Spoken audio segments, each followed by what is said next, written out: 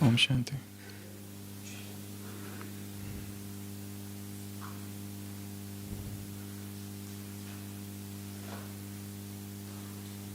अंग्रेजी के महान साहित्यकार ओ हेनरी का लिखा एक वृत्तांत है, द गिफ्ट ऑफ मैजाय।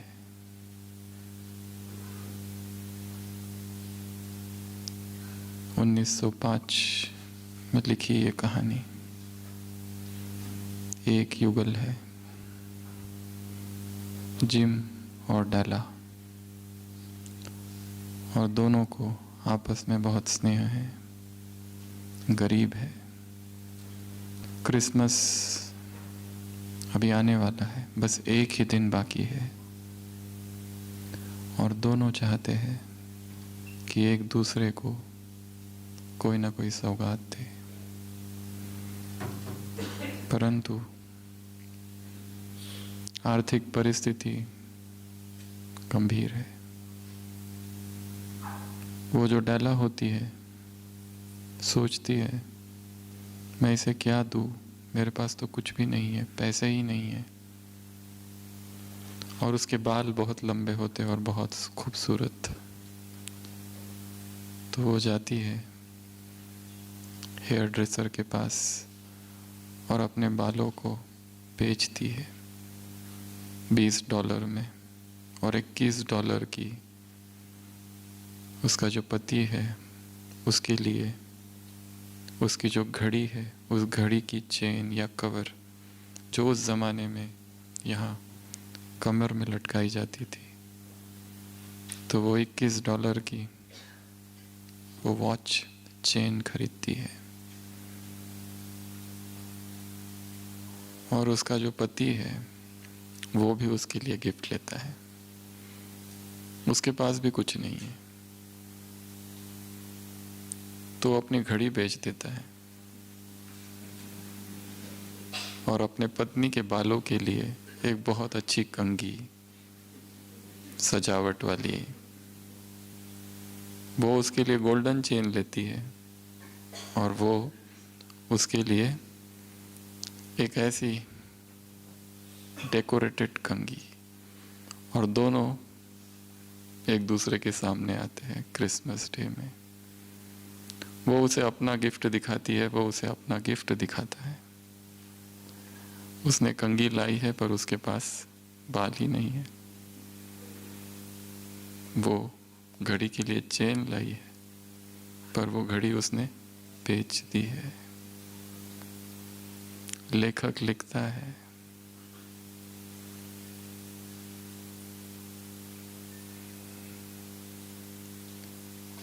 उनकी ये सौगात दर्शाती है कि वो प्रेम में किस हद तक जा सकते हैं। उनकी ये सौगात जैसे कि इस समय एक दूसरे के लिए व्यर्थ है, पर दिखाया है दोनों ही बैठते हैं और रोते हैं। उनकी आंखों से प्रेम के अश्रु बहने लगते हैं। लेखक लिखता है, इनकी ये जो सौगातें थी वो उस मेजाय की तरह थी। मेजाय उसे कहते हैं। जीसस क्राइस्ट का जब जन्म हुआ तो कहते हैं 3 बुद्धिमान लोग 3 दिशाओं से, मोस्टली ईस्ट से, ढूंढते ढूंढते आकाश में एक सितारा ढूंढते हुए उस बेथलेम में पहुंचे जहां ईसा मसीह ने जन्म लिया था, कि एक सितारा आया है, परमात्मा पुत्र जन्म ले रहा है। उसका पीछा करते करते वो वहां रुकते हैं। वो जो 3 लोग होते हैं उन्हें मैजिशियन कहो या फिर बहुत बुद्धिमान लोग कहो, उन्हें मैजाय कहा जाता है। और वो वहाँ पहुँचते हैं, देखते हैं कि कहाँ जन्म लिया है इस बालक ने, किन्हीं महलों में नहीं परंतु अस्तबल में। और वहाँ वो तीनों उसे बहुत सारी गिफ्ट देते हैं। तो लेखक ने लिखा है, ये जो डेला और जिम है, इन्होंने अपने एक दूसरों के लिए जो गिफ्ट लाई, वो भले इस समय व्यर्थ है, परंतु उनका प्रेम दर्शाती है। तो हर क्रिसमस में लोग क्या करते हैं, एक दूसरे को गिफ्ट देते हैं। मुरली है क्रिसमस की, बाप भी तुम्हें गिफ्ट देते हैं। कौन सी? 3 गिफ्ट देते हैं। कौन कौन सी 3? मुरली, टोली और मधुबन। ये आज की मुरली का नहीं है। आज क्या गिफ्ट देते हैं वो बताओ, साल भर की पॉइंट्स नहीं सुनानी है। 3 गिफ्ट। पहला, तिरी पर बहिष्ठ। दूसरी गिफ्ट, बेफिक्र बादशाही। और तीसरी गिफ्ट, दिल तख्त। तेरे प्यार के आगे वो ताज क्या है, वो ताज फीका, वो तख्त फीका। उसके प्रेम के आगे संसार के जो भी ताज है, जो भी तख्त है, सब कुछ फीके है। ऐसे ये 3 गिफ्ट, ऐसी ये 3 सौगातें भगवान आया है देने के लिए। एक तो भविष्य में मिलेगी, परंतु जो दूसरी 2 है वो यहाँ अभी इसी वक्त। झटपट का सौदा है, दिलासे का सौदा नहीं है। सौदा कैसा है? झटपट का, दिलासे का नहीं, अभी का है। भक्त कहते हैं कभी, बाप कहते हैं अभी। तुरंत दान महापुण्य। लास्ट संडे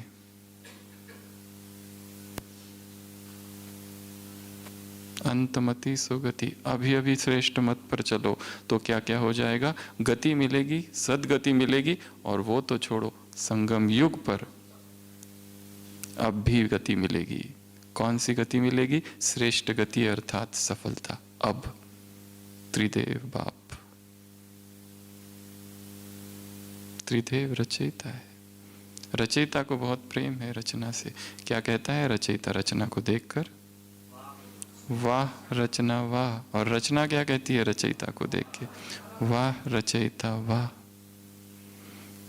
और जिसको जिससे प्रेम होता है वो उसकी कमी देख नहीं सकता। बाप बच्चों की कमी देख नहीं सकते। बाप बच्चों की मेहनत बाप को अच्छी नहीं लगती। कमी देख नहीं सकते और मेहनत अच्छी नहीं लगती, फिर भी मेहनत करते रहते। कारण कारण कारण 2 बातें।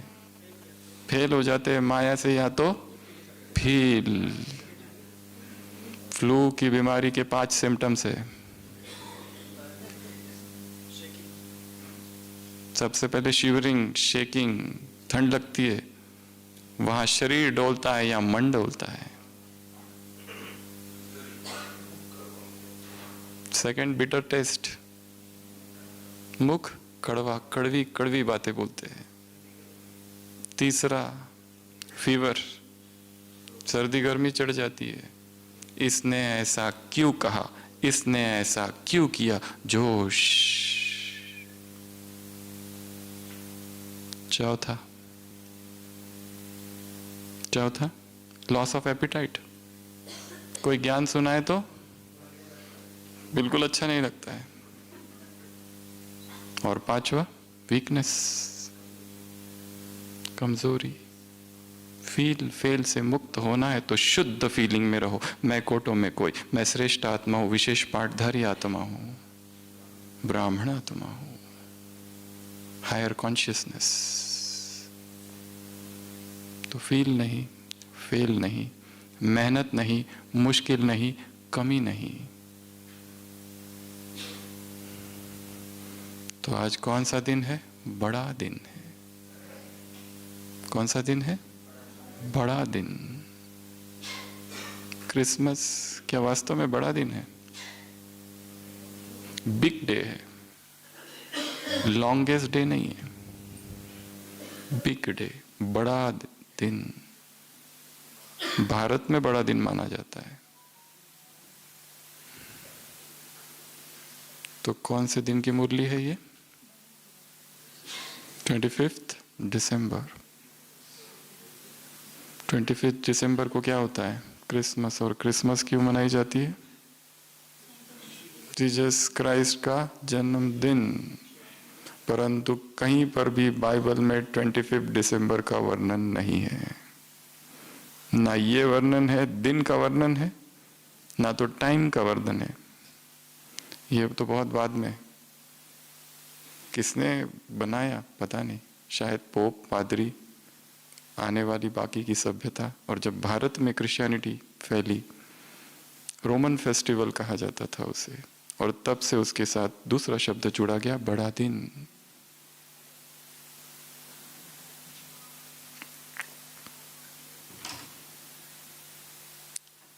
सेंटा क्लॉज तो बहुत ही बाद में आया, 4वीं शताब्दी में।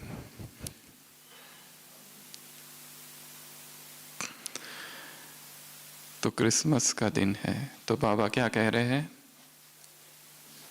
उनका है बड़ा दिन, और तुम्हारा क्या है बड़ा? बड़े ते बड़ा बाप, बड़े ते बड़े बच्चे, बड़े ते बड़े दिल वाले बच्चे, बड़े ते बड़ा युग है, आयु में छोटा परंतु प्राप्तियों में और विशेषताओं में बड़ा। तो ये बड़ा युग है। ये तुम बड़े ते बड़े क्या बन रहे हो? पुरुषोत्तम। बड़ा पुरुषोत्तम क्या होता है और छोटा पुरुषोत्तम क्या होता है फिर? होता है तो बड़ा से बड़ा दिन है।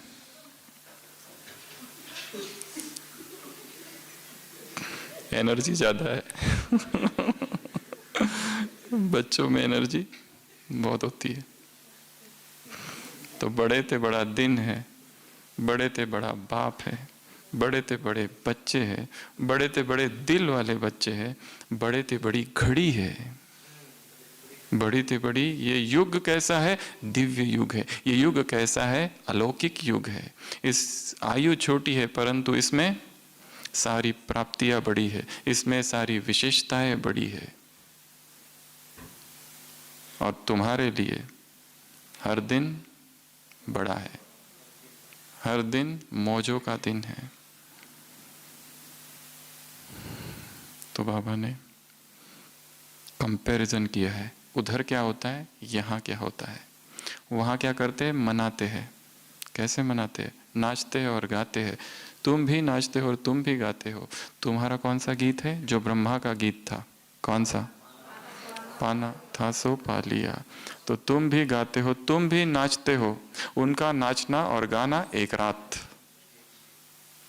वो भी मिठाइयाँ खाते हैं, खिलाते हैं। तुम कौन सी मिठाई खाते हो?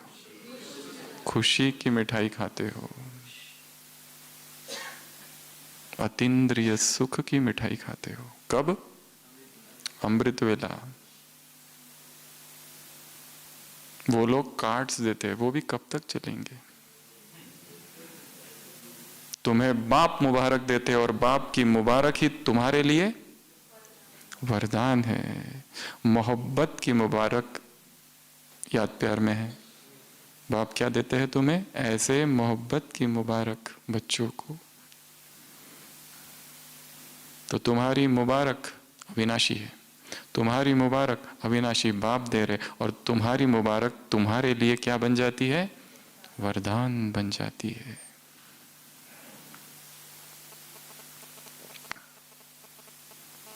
तो उधर भी गीत गाना, इधर भी गीत गाना, उधर भी नाचना, इधर भी नाचना, इधर भी सौगात, उधर भी सौगात। तुम्हारी यादगार में धर्मों में क्या दिखाया है? शाखाएं, क्रिसमस ट्री, स्टार्स। कौन है वो स्टार्स? हम। और कौन है? वो सारे धर्म स्थापक भी, क्योंकि वो भी सत्व प्रधान है। और ग्रेट ग्रेट ग्रैंडफादर, बेहद का बाप के तुम बेहद के बच्चे हो। इसलिए फील नहीं कर सकते, शुद्ध फीलिंग में रहने वाले हो। पावरफुल हो। और क्या था मुरली में? आदि पिता के तुम बच्चे हो। और क्या था? तो मुख्य चर्चा आज हम करेंगे वो है सेकंड गिफ्ट पर, बेफिक्र बादशाही। पूरी मुरली इस एक पॉइंट पर घूम रही है कहीं ना कहीं।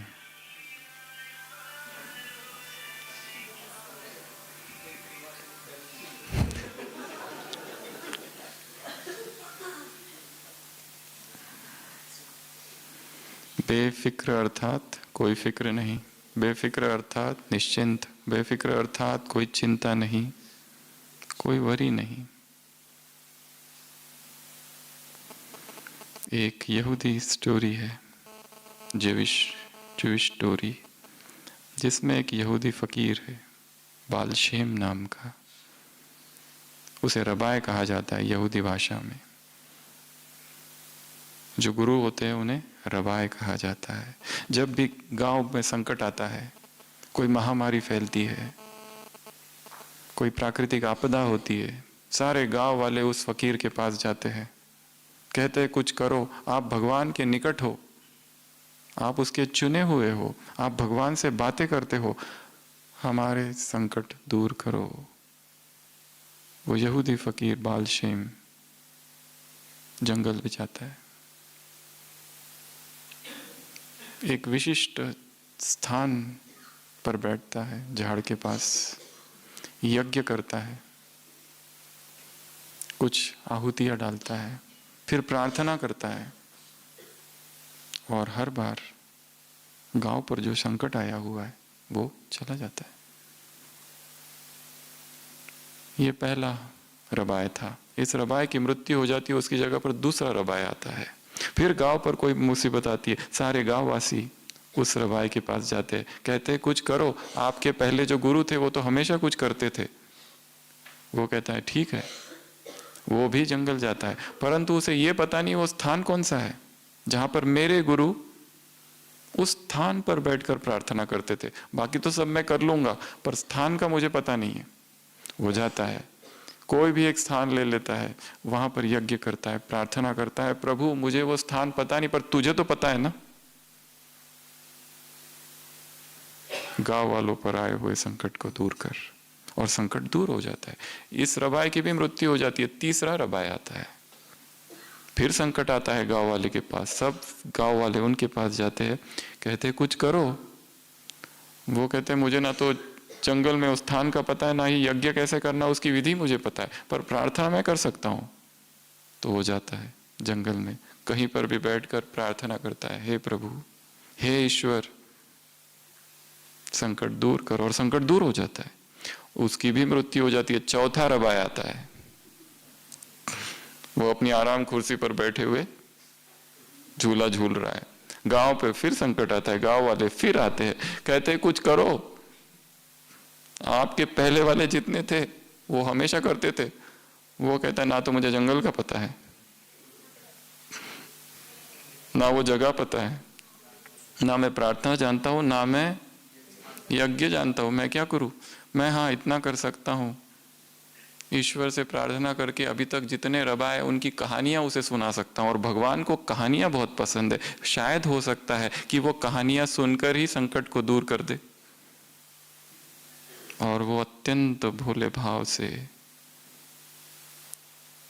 भगवान से प्रार्थना करता है, बस इतना ही कहता है कि इनका संकट दूर कर दे, तू सर्वशक्तिवान है, और तुझे मैं क्या दूं, मेरे पास कुछ भी नहीं है। समग्र समर्पण। और इस बार भी उनकी चिंता दूर हो जाती है, सारे गांव वाले फिर खुश हो जाते हैं। चिंता से मुक्ति का एक मार्ग क्या है? समर्पण। दे दो। तो आज की अव्यक्त वाणी पर आते हैं। 8 विधियां बताई है बाबा ने इस मुरली में, चिंता से मुक्ति की, बेफिक्र बादशाही की, फिक्र से मुक्त होने की। सबसे पहली विधि करन करावन हार। सबसे पहली विधि क्या है? करन करावन हार। वो मेरे द्वारा कर रहा है। अगर मैं ये सोचूं कि मैं करता हूं तो आत्मा की शक्ति अनुसार कर्म का फल मिलेगा, परंतु यदि मैं उसके साथ कंबाइंड हूं, यदि वो करा रहा है मेरे द्वारा, तो वो कैसा है? सर्वशक्तिवान। निरंतर इस एक भाव का अभ्यास करना है कि मैं एक कठपुतली हूं। डोर किसके हाथ में है? ऊपर। वो मेरे द्वारा करा रहा है, इसलिए असंभव कुछ भी नहीं, इसलिए मुश्किल कुछ भी नहीं, इसके लिए कठिन कुछ भी नहीं। वो कह रहा है कि हो सकता है, वो कह रहा है कि मैं कर रहा हूं। तो सबसे पहला कौन सा भाव अपने अंदर दृढ़ करेंगे? करन करावन हार। वो मेरे द्वारा ये सब करा रहा है, मैं नहीं कर रहा हूं, मेरा कुछ है ही नहीं। वो चाहे तो जिस शक्तियों का मुझे घमंड है, जिस विशेषता का मुझे घमंड है, वो सारा ज्ञान, वो सारी विशेषता वो वापस विड्रॉ कर सकता है। इसलिए राजी तेरी रजा में, तू करा रहा है, तेरे द्वारा हो रहा है, मैं कुछ भी नहीं। सारी सेवाएं वो करा रहा है। सेवा करते समय सबसे महत्वपूर्ण चीज कौन सी है जो भूल जाती है? या ये कहो कि सेवा में वो कौन सी एक बात है जो होनी चाहिए? ट्रस्टी निमित्त वो करा रहा है, ये सब तो है ही। दूसरों की सेवा करते करते, बाहर की बड़ी बड़ी सेवा करते करते, बड़े बड़े लोगों की सेवा करते करते, दूसरी आत्माओं की महान सेवा करते करते स्वयं की सेवा भूलनी नहीं है।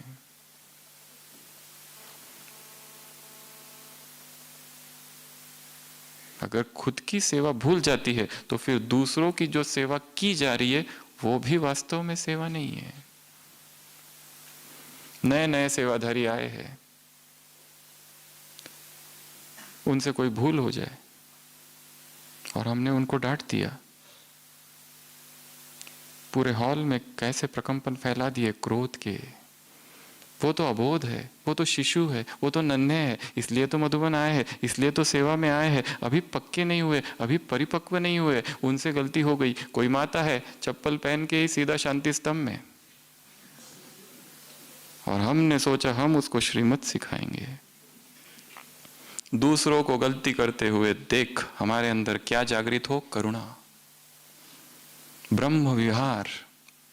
ब्रह्मा को, ब्रह्मा के नाम से शब्द है ब्रह्म विहार, अर्थात ब्रह्मा वो व्यक्ति है संसार का हाईएस्ट ह्यूमन बीइंग जिसमें अनंत करुणा थी, अनंत मुदिता, अनंत मैत्री, अनंत उपेक्षा, समता, सबके लिए समान।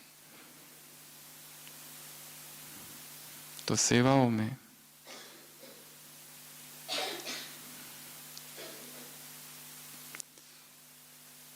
स्वयं को उस करुणा से भरना है, क्योंकि जो द्वेष, जो जोश, जो क्रोध दूसरों को सिखाने के लिए हमने प्रकट किया, वो वायुमंडल को दूषित कर रहा है।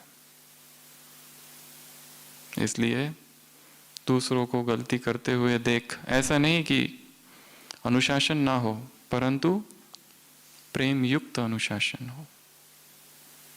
दूसरों की सेवा करते हुए स्वयं की सेवा भूल ना जाए। और सबसे बड़ी स्वयं सेवा है स्वयं को स्थिर रखना, समता में रखना। 4 प्रकार के लोग हैं संसार में। पहले, जो अंधकार से अंधकार की ओर जा रहे हैं। दूसरे, जो प्रकाश से अंधकार की ओर जा रहे हैं। तीसरे जो अंधकार से प्रकाश की ओर जा रहे हैं, और चौथे जो प्रकाश से प्रकाश की ओर जा रहे हैं। हम कौन है चारों में से? पहले दो तो नहीं है, पर कोई कोई है जो पहले दो कैटेगरी में है, जो अंधकार में ही है और अंधकार की ओर जा रहे हैं, ज्यादा अंधकार की ओर जा रहे, पहले ही अंदर में चिंताओं से भरे हैं। भगवान मिल गया, भगवान मिलते भी वो अनमिला सा ही है, क्योंकि उसके और हमारे बीच में बहुत दूरी है। केवल मुख में उसका नाम है, हृदय उससे बहुत दूर है। अव्यक्त महावाक्य है बाबा के 1970s की मुरली में। अमृत वेला अव्यक्त स्थिति का अनुभव करना है, या फिर अमृत वेला अव्यक्त स्थिति का अनुभव केवल वही बच्चे कर सकते हैं जो सारे दिन भर अव्यक्त और अंतर्मुखी है। सेवाएं तो हो रही है, परंतु सारी सेवाएं करते समय बाह्यमुखी है चेतना। बाह्यमुक्ता की यात्रा अंधकार की यात्रा है, अंतर्मुक्ता की यात्रा प्रकाश की यात्रा है। तो फर्स्ट कैटेगरी वो लोग हैं जो सेवाओं में खो गए, मौन है ही नहीं।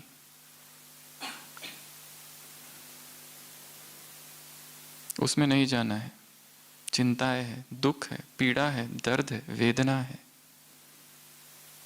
ऊपर से सारी प्राप्ति है फिर भी, और दूसरों को दुखी करते जा रहे हैं, दूसरों को सिखा रहे हैं, और सिखाने में क्रोध है, उसमें सूक्ष्म हिंसा छिपी हुई है। तो ये यात्रा कौन सी है? अंधकार से अंधकार की। दूसरी यात्रा है प्रकाश से अंधकार की। ज्ञान योग में बहुत आगे बढ़ गए हैं, परंतु विकारों का खात्मा केवल ऊपर ऊपर से किया है। सबकॉन्शियस माइंड में, अंतर मन में सारे विकार वैसे ही पड़े हुए हैं, और वहां तक हम पहुंच ही नहीं पाते। हमारी सारी भट्टियां, सारे ज्ञान योग, सारी क्लासेस, सारा योग, सब कुछ कॉन्शियस लेवल पे ऑपरेट कर रहा है। ऊपर ऊपर के मन में ऊपर ऊपर थोड़ा सा बदलाव हो रहा है। हमारा सारा चिंतन मनन, सब टोटल ऑफ चिंतन मनन अध्ययन से कभी भी अंदर के विकार नहीं जा सकते। उससे थोड़ी बहुत ऊपर ऊपर की सफाई होगी, परंतु सबकॉन्शियस माइंड में जो विकार छिपे हुए, सबकॉन्शियस माइंड में, अंतर मन में जो विकार छिपे हुए, जो भोग की लालसा है, जो काम की लालसा है, जो इंद्रिय सुखों की लालसा है, वो जन्म जन्म की है। वो अमृत वेला उठ गए और मुरली 10 बार सुन ली और 10 बार पढ़ ली और क्लासेस सुन लिए और भट्टियां कर ली, उससे तो स्पर्श भी नहीं होता है। वो अनटच्ड है, क्योंकि बीच में मोटी मोटी दीवारें हैं। इन दीवारों को तोड़कर चेतना की गहराई में जाना और वहां से एक एक विकार को बाहर निकालना, ये वास्तव में बहुत बहुत बहुत बड़ा पुरुषार्थ है। हम जो भी पुरुषार्थ कर रहे हैं वो केवल चेतन मन पर ऑपरेट कर रहा है। मैं ये आत्मा हूं, मैं वो आत्मा हूं। और जब वास्तव में परिस्थिति आती है, सारा ज्ञान योग खत्म। मैं मास्टर ये हूं, मैं मास्टर वो हूं, मैं स्वराज्य अधिकारी हूं। और भोजन देखा, सारे इंद्रियों में से कुछ कुछ होने लगा। स्वराज्य अधिकारी थोड़ी देर के बाद, आफ्टर 1 आवर पोस्टपोन, एक बार भरपेट ले लिया, अब मैं मास्टर, अब मैं स्वराज्य अधिकारी हूं, कर्मेंद्रिय जीत हूं, महाज्वालामुखी योगी हूं। लास्ट संडे की मुरली, निर्भय, पवित्रता की शक्ति, 1 सेकंड की शक्ति भी सारे विश्व के किचड़े को भस्म कर सकती है। ऐसा ज्वाला, ऐसी पवित्रता की पावर है, ऐसी योग की पावर है। वो मैं हूं, पर पहले ये ले लूं, उसके बाद ब्रेक के बाद थोड़ा सा पोस्टपोनिंग ऑफ सोमान।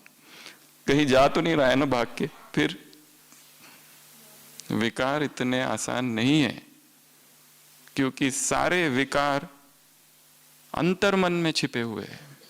और हम जो सफाई कर रहे हैं वो ऊपर ऊपर की कर रहे हैं, नोट्स लिख रहे हैं, चिंतन कर रहे हैं, ज्ञान का डिस्कशन कर रहे हैं, मनन कर रहे हैं, क्लासेस करा रहे हैं, सुन रहे हैं, सब कुछ सम टोटल सेवाएं कर रहे हैं, क्योंकि उन सभी सेवाओं में बाह्य मुक्ता है, उन सभी सेवाओं में मौन खो गया है, उस तपस्या में अंदर तक नहीं पहुंच पा रहे। जैसे कुआं है एक, कुछ गिर गया है गड्ढे में, हमें उठाने पर हाथ पहुंच नहीं रहा है। तो यात्रा हो रही है प्रकाश से अंधकार की ओर। प्रकाश में है परंतु जा रहे हैं अंधकार की ओर। तीसरे प्रकार की आत्मा है, ये थोड़े ठीक है, वो अंधकार से प्रकाश की ओर जा रहे हैं। उन्हें पता है अपने अंदर क्या कमियां है, कि मेरी ये सबसे बड़ी कमी है। The greatest weakness is your last mistake is your greatest teacher. ये मेरी में कमियां है, ये गलतियां मुझसे हो रही है, ये मेरा सारा ज्ञान योग ऊपर का है, बस दिखावा मात्र। अंदर से मैं और संसार का वो गृहस्थी कोई ज्यादा अंतर नहीं है, वही इच्छा है, वही कामना है, सब इधर और उधर सेम है। ये realisation and then start the journey, कि अभी मुझे प्रकाश की ओर जाना है। और चौथे कौन है? ये बड़े अच्छे हैं, जो प्रकाश से प्रकाश की ओर जा रहे हैं ही प्रकाश में, परंतु फिर भी यात्रा और प्रकाश की ओर जा रही है, और प्रकाश और प्रकाश। क्योंकि जितना जितना गहराई में जाते रहेंगे, जाते जाओगे, एक स्थिति चेतना की ऐसी आती है कि संपूर्ण निर्विकारिता हो जाती है। जो बुद्ध को कभी उस गौतम, उस बोधि वृक्ष के नीचे प्राप्त हुई, एक एक निकल गया जैसे उसमें से, एक एक विकार हट गया जैसे। ऐसी स्थिति में चेतना को उसके सारे पूर्व जन्म याद आ जाते, वो क्या क्या थी। तो हम कहाँ थे? करण करावन हार पर। तो चिंता से मुक्त निश्चिंत जीवन, बेफिक्र जीवन, जिस जीवन में कोई वरी ना हो, स्ट्रेस ना हो, टेंशन ना हो, क्या करना है कि मुझे चलाने वाला कौन है? वो। और इसकी प्रैक्टिस कैसे करनी है? चलते फिरते। मैं नहीं खा रहा हूं, वो मुझे खिला रहा हूं, वो मुझे स्नान करा रहा है। मैं नहीं चल रहा हूं, वो मुझे चला रहा है। मैं सेवा नहीं कर रहा हूं, वो सेवा कर रहा है। दो प्रकार की सेवाएं हैं ब्राह्मणों की। एक डायरेक्ट सेवा आत्माओं की, जिसमें हम डायरेक्ट आत्माओं के संपर्क में आते हैं, किसी का कोर्स करा दिया, क्लास करा दी। एक दूसरी सेवा है जो सूक्ष्म है, जो पेड़ पौधे हैं उनको पानी दे रहा है, बर्तन साफ कर रहा है, किचन में कोई सेवा कर रहा है। स्थूल सेवा है। एक है जिसमें आत्माओं से डायरेक्ट कांटेक्ट, एक दूसरी सेवा जिसमें डायरेक्ट कांटेक्ट नहीं है, परंतु यहाँ किस भाव से सेवा करनी है। कि झाड़ों में मैं जो पानी डाल रहा हूँ, जो नए आगंतुक नए लोग यहाँ आएंगे, मधुबन की इस धरनी को देखकर खुश हो जाएंगे।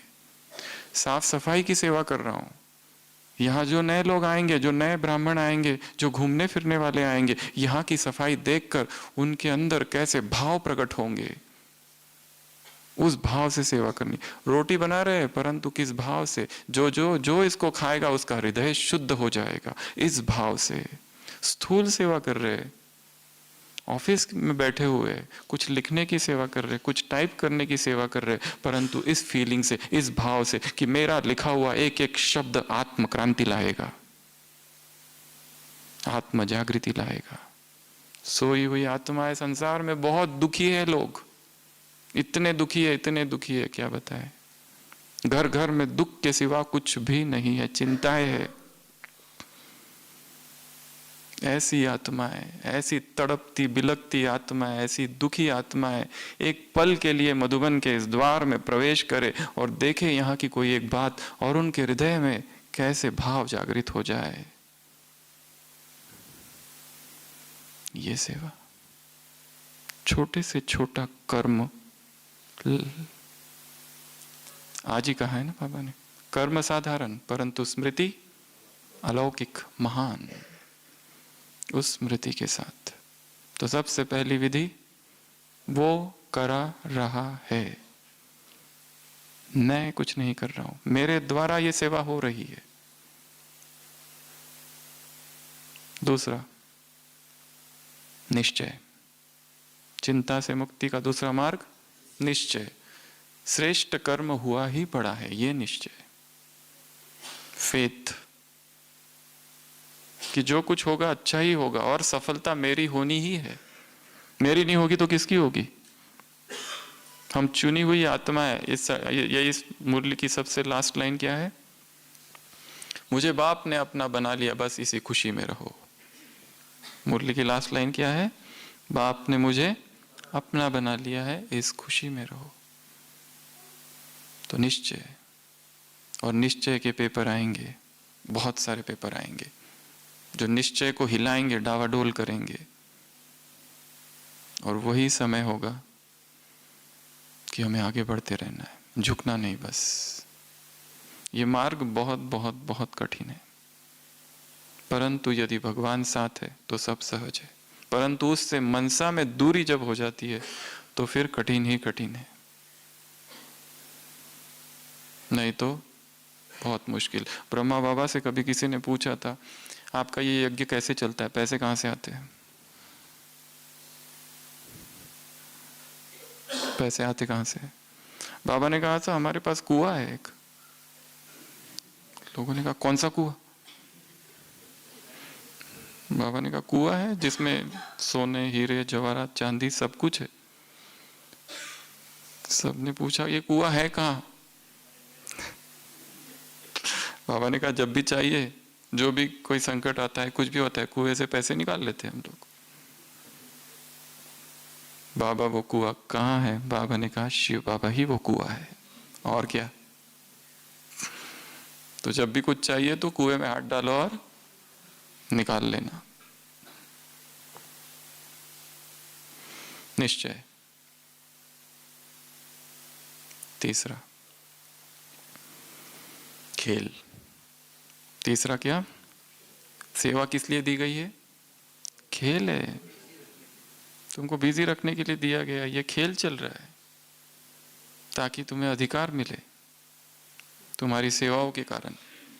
बाकी काम बाप का है और नाम बच्चों का हो रहा है। तो केवल यही नहीं, ये सारा संसार ही खेल है। इस संसार में अपोजिट्स का खेल चलता है, जय पराजय, हानि लाभ, निंदा स्तुति, सुख दुख, ठंडी गर्मी। ठंडी गर्मी। पवित्रता की सर्वोच्च परिभाषा है, समता ही पवित्रता है। Equanimity is purity.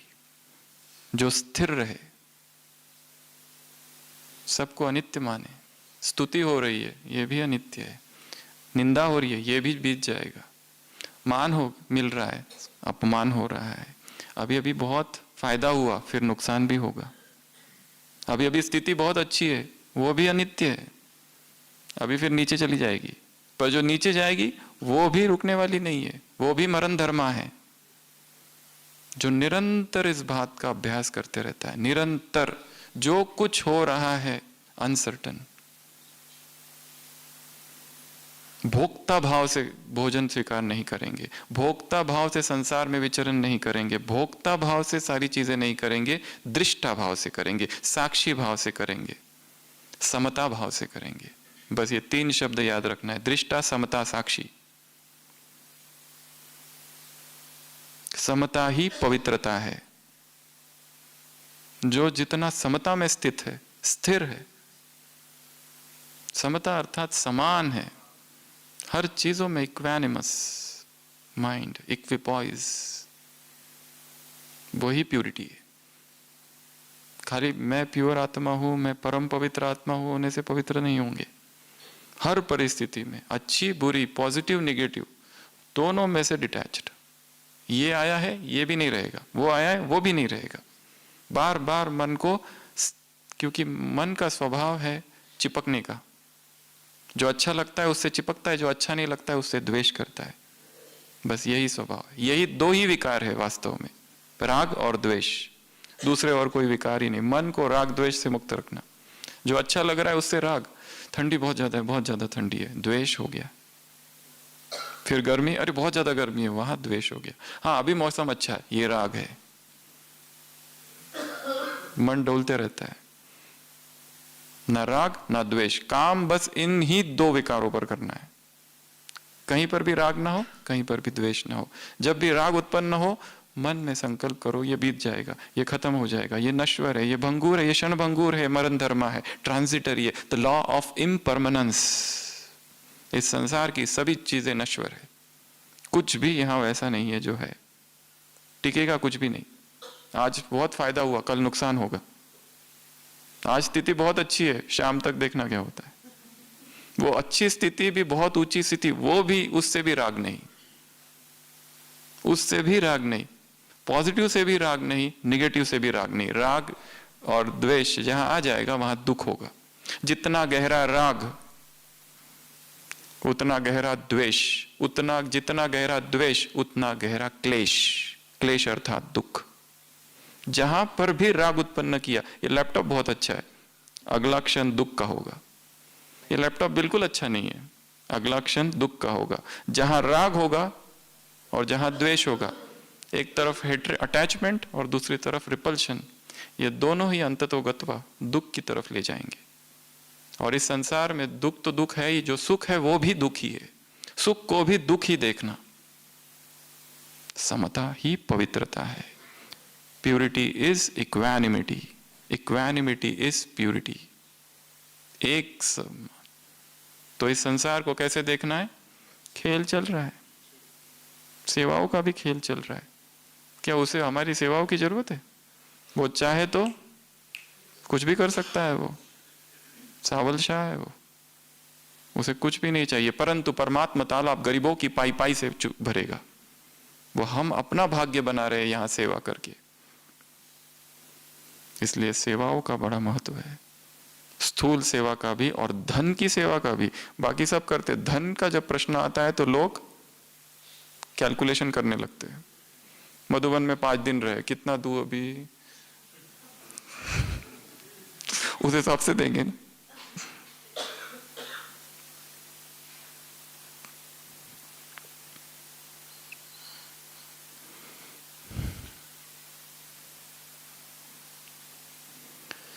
तो खेल चल रहा है। तीसरा, चौथी विधि, बेफिक्र बनने की असोच। क्या हो जाओ? बाबा सेवा कैसी बढ़ेगी? सोचने से सेवा नहीं बढ़ेगी।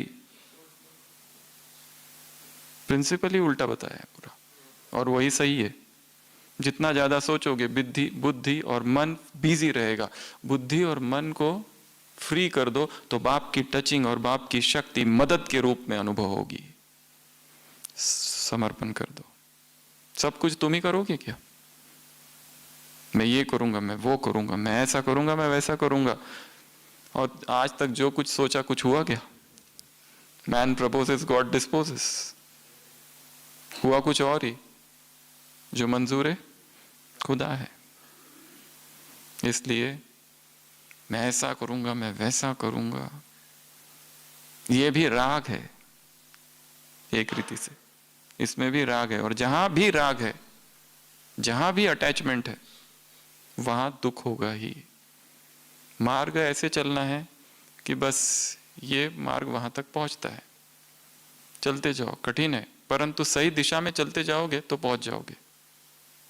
बस इतना है। ये यात्रा प्रकाश से प्रकाश की ओर है, और परमात्मा प्रकाश का सागर है, उस तक पहुंचना है। तो असोच बन जाओ। असोच बन जाओ मतलब सोचना नहीं।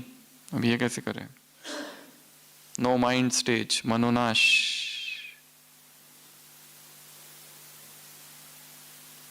समता, फिर से वही पॉइंट है। क्योंकि विचार आते रहते, जाते रहते, आते रहते, जाते रहते। जब भी कोई विचार आए, पहला परिस्थितियों पर काम किया, अभी विचारों पर काम करना। ये विचार भी अनित्य है, थोड़ी देर रहेगा चला जाएगा, अब दूसरा आएगा। और हमारे जितने विचार है मैं के इर्द गिर्द घूमते रहते, मैं और मेरी स्वप्न, बस। इसके सिवा हमें और कुछ नहीं चाहिए। हम जो कह रहे हैं कि मैं ये सेवा करता हूं, इन सेवा से उनका फायदा हुआ, प्रसेनजीत नाम का एक राजा था, उसकी पत्नी थी मल्लिका। दोनों ही योगी थे, दोनों ही तपस्वी थे, दोनों ही महात्मा बुद्ध के शिष्य बने और दोनों ही एक साथ ध्यान करते थे बैठकर। और दोनों को ही एक ही संकल्प आया एक दिन शाम के ध्यान करते समय। मल्लिका ने कहा, मुझे आज एक ध्यान प्रश्न आया कि इस संसार में मैं सबसे ज्यादा प्यार किससे करती हूं? और फिर मेरे ही मन ने उत्तर दिया, मैं अपने आप से करती हूं। राजा ने क्या कहा, वो शौक सुन के शौक नहीं हुआ। उसने कहा, अरे ऐसा ही विचार मेरे भी मन में इसी समय आया कि इस संसार में मैं सबसे ज्यादा किससे प्यार करता हूं? तो इसका ये उत्तर ये नहीं है कि मैं तुमसे करता हूं, मतलब अपनी पत्नी से। मैं इस संसार में सबसे ज्यादा अपने आप से प्यार करता हूं, बस मैं और मेरे स्वप्न। वो दोनों ही बुद्ध के पास जाते हैं, बुद्ध को अपनी कहानी सुनाते हैं कि हमने ऐसा देखा। बुद्ध कहते हैं, साधु साधु साधु। This is realisation. ये यात्रा है प्रकाश की ओर। अब तुम्हें समझ में आया, हम इस संसार में और किसी से नहीं प्रेम करते, हम अपने आप से प्रेम करते हैं। हमारी सारी चेष्टाएं मैं केंद्रित है। इसलिए जिसे हम सेवाएं कह रहे हैं वो भी वास्तव में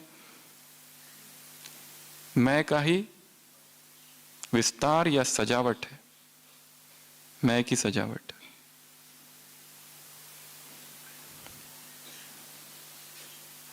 असोच। पांचवा,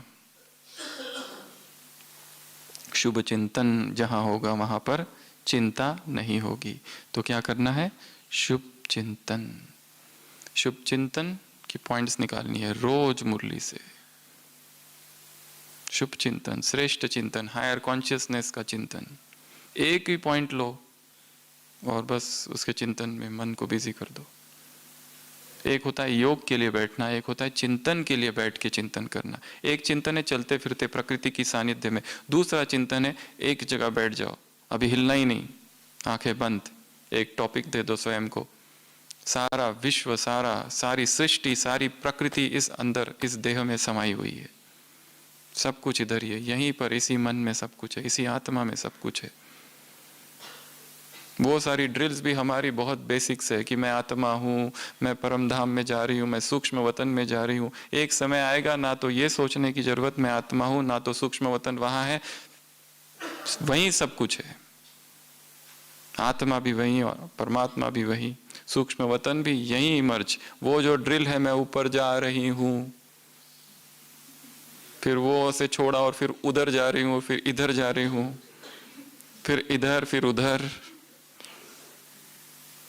जितना मन सूक्ष्म होते जाएगा, एक अनुभूति होगी कि कहीं पर भी कहीं जाने की आवश्यकता नहीं। बस संकल्प भी ये करना नहीं, मैं शांत स्वरूप हो। जब हूं तो बोलने की भी क्या आवश्यकता है? बोल रहे हैं, ये लोअर स्टेजेस है। हायर स्टेजेस में केवल अनुभूति है, केवल स्वरूप है। तो शुभ चिंतन, पांचवी विधि शुभ चिंतन। शुभ चिंतन कहां से निकालेंगे? मुरलियों से। पॉइंट्स निकालनी है, एक्सट्रैक्ट पॉइंट्स, पकड़ना है उनको, फोकस करना है, कंसंट्रेट कर देना है उनके ऊपर, एक ही पॉइंट के ऊपर, और फिर सोचना है। लास्ट संडे की मुरली, ज्वालामुखी योगी हूं, फोकस कर दो। आग आग, यहां आग उत्पन्न हो जाए, सारा किचड़ा भस्म। केवल मेरा ही नहीं, विश्व का। अभी तो तुम्हारे बहुत बड़ा काम करना है, स्पीड बहुत कम है, स्पीड बढ़ानी पड़ेगी। सारे विश्व का और प्रकृति का तमोगुण नष्ट करना है, ये बहुत बड़ा काम है। लास्ट संडे की मुरली, ये काम बहुत बड़ा है, स्पीड बढ़ानी पड़ेगी। अभी तुम्हारी कौन सी चाल है? मुरलियों में क्या आता है? साकार मुरली, मकोड़ा, केकड़ा, चींटी, विहंग मार्ग की सेवा। पॉजिटिव को निगेटिव को पॉजिटिव कर देना, यही मनसा सेवा है। साइलेंस की पावर है आज की, है ना स्लोगन। नेगेटिव पॉजिटिव हो जाए। नेक्स्ट, तो कितने हो गए? 6 हो गए। अगला 6 नहीं हो गए, छठवा है नशा। नशा होगा तो नाचते रहोगे, निश्चय होगा तो विजयी होंगे। नशा हो, नशे में क्या? रूहानी फकूर। फिकर जो भी है वो बाप को दे दो और उससे क्या ले लो एक्सचेंज में? फकूर। तो कल सुबह क्या करना? अपनी जो भी फिक्र है, कुमारों को भोजन की, कुमारियों को नौकरी की, गृहस्थियों को बाल बच्चों की, बोला ना मुरली में, और टीचर बहनों को सेवा कैसी बढ़ेगी।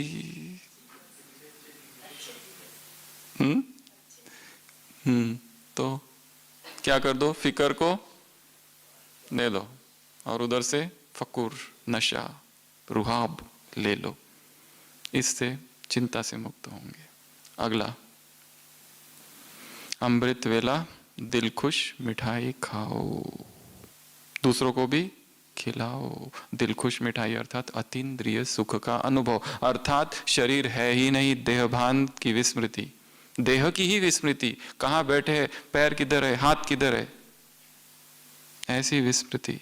चेतना उड़ने लगे आकाश में, ऊपर ऊपर ऊपर ऊपर ऊपर ऊपर ऊपर, विस्मृति हो जाए इस संसार की। ऐसा स्ट्रॉन्ग शक्तिशाली अनुभव ये है दिल खुश मिठाई, अमृत वेला। खुद भी खाओ, दूसरों को भी खिलाओ। माताओं से बाबा ने बात की, ज्ञान का विरोध करते हैं, परंतु तुम्हारी चलन कैसे हो, तुम्हारी सूरत ज्ञान की सीरत को डायरेक्ट प्रत्यक्ष करे। आज गालियां दे रहे, गालियां देने वाले फिर झुकेंगे, ओहो प्रभु। तो अमृत वेला क्या करो? ये दिल खुश मिठाई खाओ भी, और जो खाता है वो दूसरों को खिलाए बिना रहता नहीं है।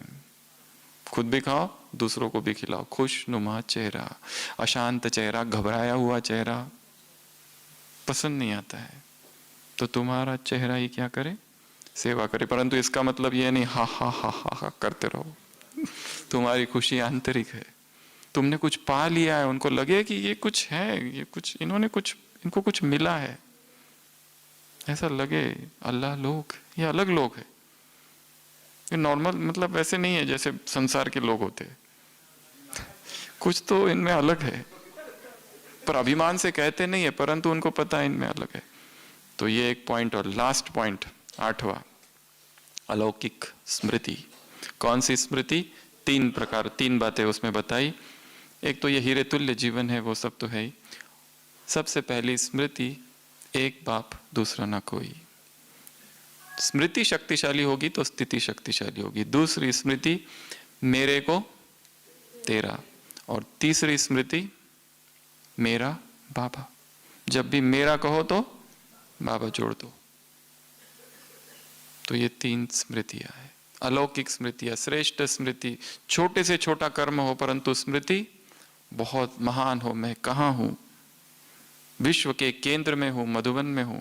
किसकी भूमि है ये? महान तपस्वियों की भूमि है। इस तपस्वी भूमि में तपस्वी वाइब्रेशंस है सब जगह, कण कण में प्रकंपन है पवित्रता के। योग करना है, भले कुटिया में बैठे नहीं है परंतु कहीं बाहर बैठे, संकल्प करो कि बाबा की कुटिया के समस्त वाइब्रेशंस मुझ आत्मा में समा रहे। शांति स्तंभ पर है नहीं फिजिकली, संकल्प करो कि वहां के सारे वाइब्रेशंस मुझ आत्मा में आ रहे हैं। हिस्ट्री हॉल की जितनी दादियां दिखाई दे रही है, सारे सबके वाइब्रेशन, सबकी शक्ति, सबकी प्यूरिटी मुझ आत्मा में समा रही है। ऐसा अखंड ब्रह्मचर्य, ऐसी अखंड पवित्रता मुझ में समा रही है। तो कितनी बातें हो गई? 8। सबसे पहली करावनहार, दूसरा निश्चय, तीसरा खेल, चौथा असोच, 5वां चुप चिंतन, 6वां नशा, अमृत वेला दिल खुश मिठाई, और लास्ट अलौकिक स्मृति। ऐसे अलौकिक स्मृति वाली आत्माओं को, ऐसे नशे में रहने वाली आत्माओं को, ऐसे गुणमूर्त बन दूसरों को भी गुणमूर्त बनाने का संकल्प करने वाली आत्माओं को, ऐसे साइलेंस की पावर से नेगेटिव को पॉजिटिव में कन्वर्ट करने वाली आत्माओं को, ऐसे सदा ही परमात्मा प्रेम के झूले में झूलने वाली सुखदायी सुख का अनुभव करने वाली आत्माओं को, ऐसे अलौकिक संगम युग में रहने वाली आत्माओं को, बड़े ते बड़े बाप की बड़े ते बड़ी संतान, बड़े ते बड़े बच्चे, बड़े ते बड़ी दिल वाले बच्चों को, बड़े ते बड़े पुरुषोत्तम आत्माओं को, ऐसे प्रकाश की ओर जाने वाली आत्माओं को, ऐसे सर्वगुण संपन्न, ऐसे जैसे ज्ञान को इमर्ज किया, अब गुणों को इमर्ज करो।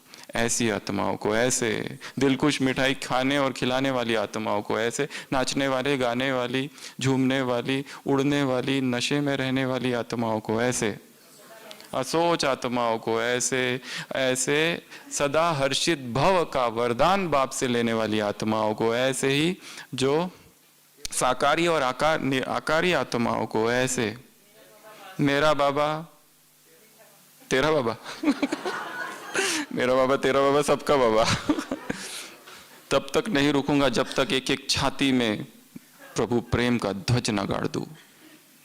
ऐसा संकल्प करने वाली एक एक आत्मा को, परमात्मा प्रेम में डुबो देने वाली आत्मा को, ऐसी ऐसी बेफिक्र बादशाह आत्माओं को, ऐसी नेगेटिव पॉजिटिव हो गया, ऐसी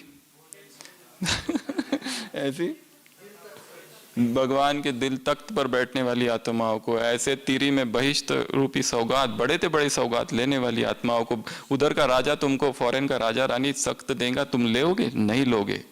बड़े बाप के बड़े बच्चे बड़ी दिल वाली आत्माओं को, बेहद बाप के बेहद के बच्चों को, ग्रेट ग्रेट ग्रैंडफादर की आदिनाथ, आदिदेव, आदि आत्मा की आदि आत्माओं को, क्रिसमस ट्री पर चमकते हुए बल्ब सितारे को,